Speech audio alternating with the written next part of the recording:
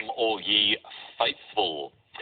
Well, Lily, I have a feeling that word mix was a little bit easier than the maths we've started off with tonight. Are those six smalls still eluding you? I've got nothing, Richard. So maybe we can throw it to the Webby. Okay, so it is a website challenge.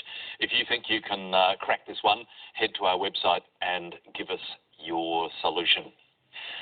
Well, David, we've been going all around the houses, but you're going to take us all around those streets a little bit more. You were talking about streets a bit earlier, but where do some of those actual street names or descriptions come from? Well, there's two that I'd love to talk about tonight, Richard, and they're both very similar, but have strange explanations behind them. In fact, explanation is the key word with the first, which is an esplanade. Now, that generally is an open walkway, usually by the sea, but not exclusively, and it comes from the Latin word explanare, which is to flatten out, which suggests that an esplanade usually is flat, and is also the source of the word explain. Oh, that's fascinating. So to explain literally means to kind of flatten out, create a level playing field so you can see what's going on. Well, in fact, Lily has been trying to sort of iron out those six smalls, but without any success. Ironing the smalls, get it? Anyway, the other one is promenade, which is a kind of synonym of esplanade, but it has a fascinating backstory. It's from a French expression, say promener, which is to go for a walk or go for a stroll. But that has a deeper root in Latin, which is promenare, which is to drive forward with threats. Because if you link it back to minare, which means to menace or threaten, it's the source of the word minatory, you can imagine a shepherd, essentially with a flock of sheep, just sort of driving them forward with urges and curses. So Promenara, the idea of going for a stroll, but originally was about you assembling your troops. So if you see a mum or a dad essentially trying to yell their kids back away from the edge of the promenade, they're actually honouring the root of the word. Okay, that's a very interesting background. Thank you, David. Pleasure. Let's look at our scores. Anne is on 6. Mark is on 11. As we head for some more letters, Mark, deliver, please. I'll have a consonant, thanks, Lily. Thank you. T. And another one. D. And another one. S. And a vowel. E. And another vowel. I. And a consonant. F. And a vowel. O. And a consonant. B. And a consonant. And lastly, L. 30 seconds on the clock.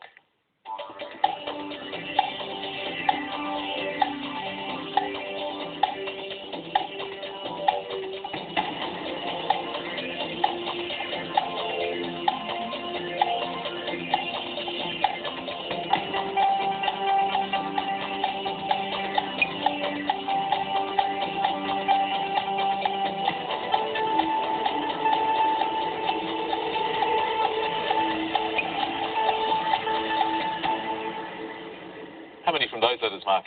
I've got 6. And Anne? 7. Hang on to that for a moment. Let's have your 6 first, please, Mark. Boiled. And Anne? Foibles. Oh, nice one. It's a lovely word. Originally relates to fencing, the weakness or the weak part of the sword, but no weakness in that 7. It's a lovely word. Foisted is another 7 there. 2 nice 7s, so one of them scored well for Anne. Well, let's see what you can do with some more letters now, Anne. Okay, Lily, I think I'll try a consonant again. Thanks, Anne. T. And another one. D. And a vowel. A. And another vowel. I. Consonant. G. Consonant. S. Consonant. D. Vowel. O. Oh. Consonant. And lastly, C. Time to think.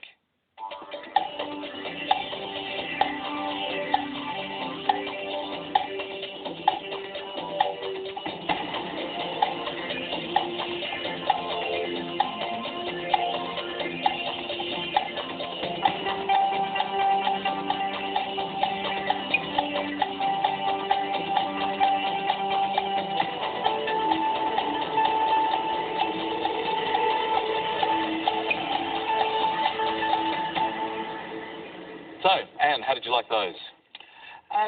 Yes, it was challenging. I got a 7. A 7. Okay, that sounds good. Mark? Just 5. Let's start there. Coders. Could you spell that for us, please? CODAS. Yes. And Anne, what was your 7? Dacoits. Dacoits. David, it sounds like one of those, if you were playing a game in New York with rope circles, you might be playing dacoits. Dacoits. On the deck, maybe.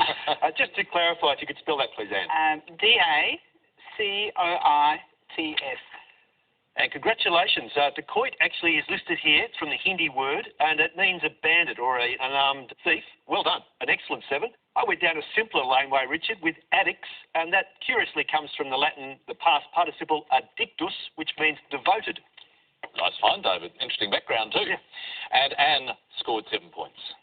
Well, back to the numbers now, and Mark, with Anne's last washing line mix, you both got hung out to dry. So what do you fancy this time? Lily, I'll have a friendlier 3 large and 3 small. Thanks, Mark. 3 large and 3 small. And starting with the smalls, 2, 7, 2, and the 3 large, 100, 75, and 50. The target to reach is 363. 30 seconds to get there.